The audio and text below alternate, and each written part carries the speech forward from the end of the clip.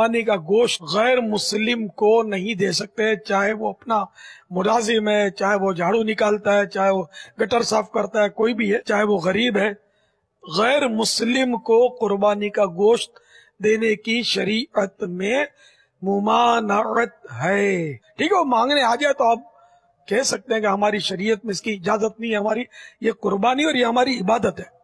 ایک بھائی نے پوچھا تھا کہ کیا غیر مسلم کو قربانی کا گوشت دینا جائز ہے یا نہیں، اور ان سے گوشت وصول کرنا؟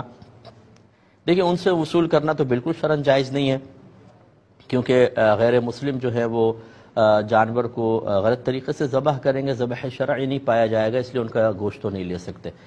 اپنا گوشت، قربانی کا گوشت دینا شرعاً جائز تو ہے، اگر بہت ہی زیادہ کوئی غریب ہے آپ کے علاقے میں، کافر ہے، بہت ہی غریب ہے، تنگ دست ہے، تو اس کو آپ بالکل دے سکتے ہیں۔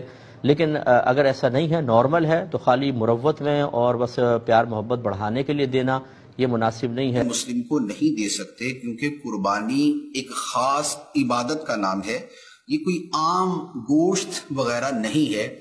جب یہ عبادت ہے اور یہ عبادت ہے وحدہ لا شریک